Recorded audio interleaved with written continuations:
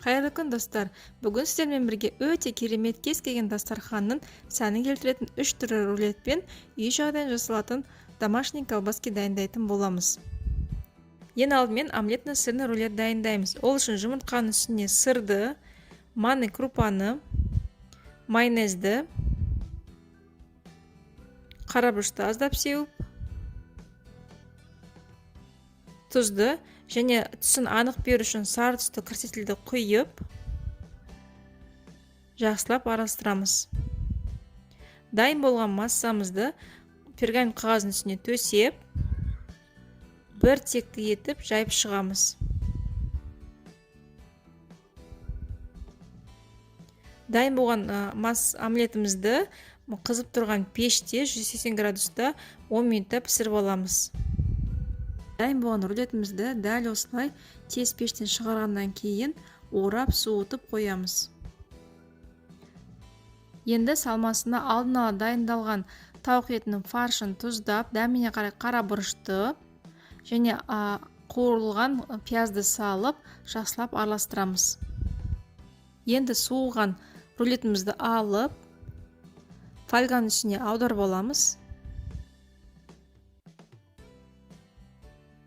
Аударғаннан кейін салмамызды қолымызды аздап майлап, үстіне жайып шығамыз, бір текті етіп.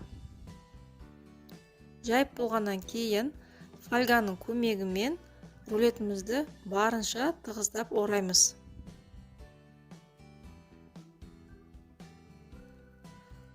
Рулетімізді барынша тығыздап орасақ, арасында ауа қалып кетпей, рулетіміз әдемі кесілетін болады.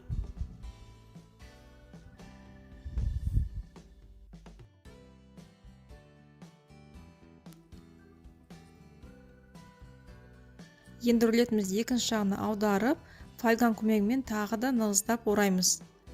Екі жағын жақсылап мықтап, қызып тұрған пеште 180 градуста 30 минутта пісіріп аласыздар. Мінекей рулетіміз дайын, өте керемет болып шықты. Енді шпинатный рыбный рулет дайындаймыз. Ол үшін шпинаттың үстіне аздап лимон суын сығып, блендердің көмегімен жақсылап тұрып езіп аламыз. Сосын ыдысымызға 2 дана жұмыртқаны жарамыз. Үстіне аздап тұз сеуіп, жақсылап тұрып ағарғанша миксерлейміз. Миксерлеп болғаннан кейін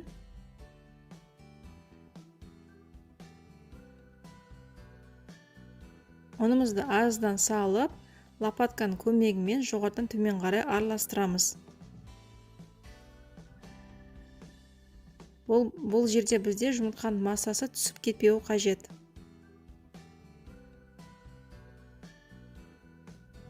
Араластырып болғаннан кейін шпинатты саламыз.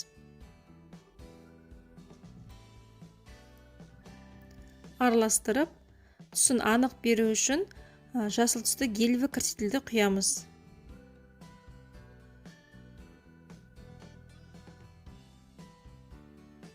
Мінекей массамыз дайын. Енді осыны пергамент қағазына не болмаса менікі сияқты тефлонның ковриктің үстіне құйсаңыздар болады. Массамызды құйып болғаннан кейін бір текті етіп жайып шығып, қызып тұрған пеште 180 градуста 10-15 минутта пісіріп аласыздар.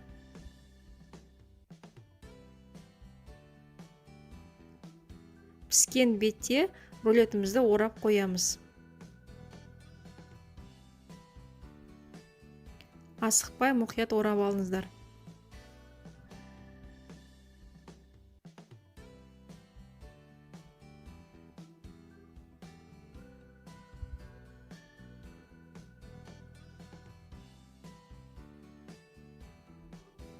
Енді салмасын дайындаймыз. Салмасына творожный сырдың үстіне аздап лимон суын құйып, жақсылап араластырамыз. Енді суыған рулетімізді пищевой пленканың үстіне қойып, дәл осылай арасындағы салмасын салып жағып шығамыз.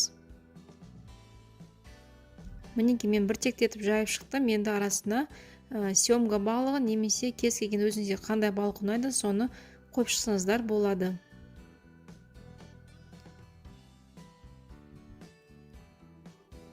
Мен сияқты жіңішке балықтарды қойсаңыздар болады 2-3 жерден, не болмаса бірден үлкен кусогын бас жағына ғана қойып, бірден орасаңыздар болады. Енді екінші жағынан аударып, жақсылап тағы да нығыздап ораймыз, екі жағын мықтап. Осы рулетімізді 2-3 сағатқа холодильникке немесе түнге қойсаңыздар болады. Мінекей, рулетіміз дайын. Енді үшінші рулетімізді дайындаймыз свекольный. Ол үшін ыдысымыздағы жұмыртқаға аздап тұз сеуіп, жақсылап тұрып, массамыз ағарғанша миксерлейміз. Үстіне крахмалымызды саламыз. Жақсылап араластырамыз. Кейіннен ұнымызды 2 бөлікке салып, лопатканың көмегімен жоғарыдан төмен қарай араластырамыз. Енді алдын ала қайнатылған қызылшамызды салып, жақсылап тағы да массамызды араластырамыз. Мінекей дайын. Дайын болған массамызды пергамент қағазда не болмаса тефлон көбіктің үстіне ешқандай май жақпай бір текті етіп жайып шығамыз. Қызып тұрған пеште 180 градуста 15 минуттай пісіріп аласыздар. Дайын болған рулетімізді бірден орап аламыз.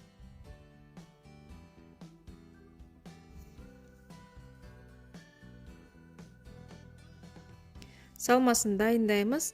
Творожный сырға аздап лимон суын құйып, жақсылап араластырамыз. Рулетімізді дайын болғаннан кейін пищевая пленканың үстіне қойып, начинкамызды саламыз, творожный сырды бір тектетіп жайып шығамыз. Жайрап бұл жерде абай болыңыздар. Свекольный рулет өте нәзік болып келеді, сондықтан асықпай кремдеріңізді жағыңыздар. Енді салмасына селедканы салып шығамыз.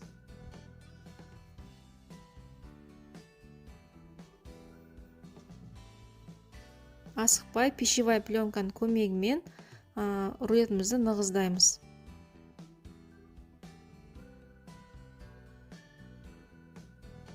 Пищевая пленканың екі жағын нығыздап, холодильникке 2-3 сағатқа қойып қоямыз, не болмаса бір түнге. Мінекей енді рулетіміз дайын, өте керемет, дәмді болып шығады.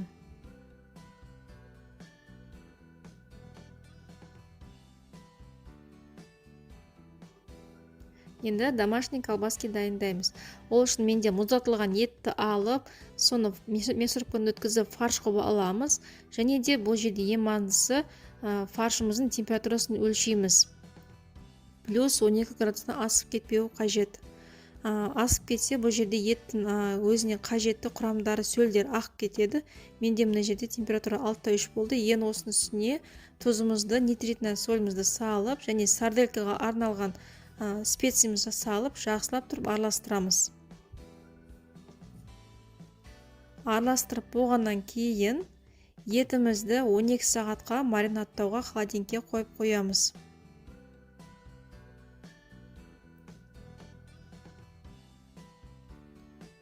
Маринадтауымыздың себебі етімізден қызыл түсті нитритный соль қызыл түсті рең береді. Енді бізге колбаса жасау үшін осындай 3 түрлі насадка болады. Мен осыны ең кішкентайын қолданамын. Және де осындай сосисканың сыртына арналған осындай қабақшалар болады. Біріншісі менде арнайы сосиска арналған қабақша, екіншісі сиырдың шегі. Мұның барлығы колбаса жасауға арналған арнайы дүкендерде болады. Сілтемеде описаниеда қалдырып кетемін. Енді міне дәл осылай асықпай сосискаларымызды өткізіп аламыз. Шеттерін арнайы шпагат деген жіп болады, сонымен байлап аласыздар.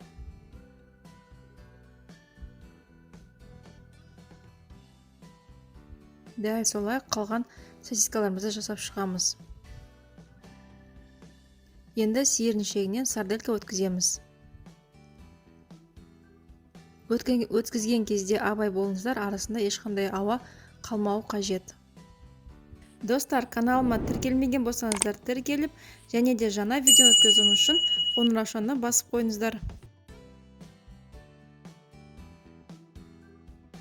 Арасында ауа қалып кеткен болса, зубочисткамен ауа тесіп ауаны шығарамыз. Байлап болғаннан кейін сарделькамызды 15 минуттай мантоварканың ішіне қайнатып аламыз.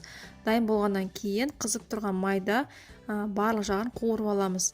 Сосискамыз кішкентай болғандықтан оны қайнатудың қажеті жоқ, бірден қуырып ала береміз. Міне дастарханымыз дайын, астарыңыз дәмді болсын.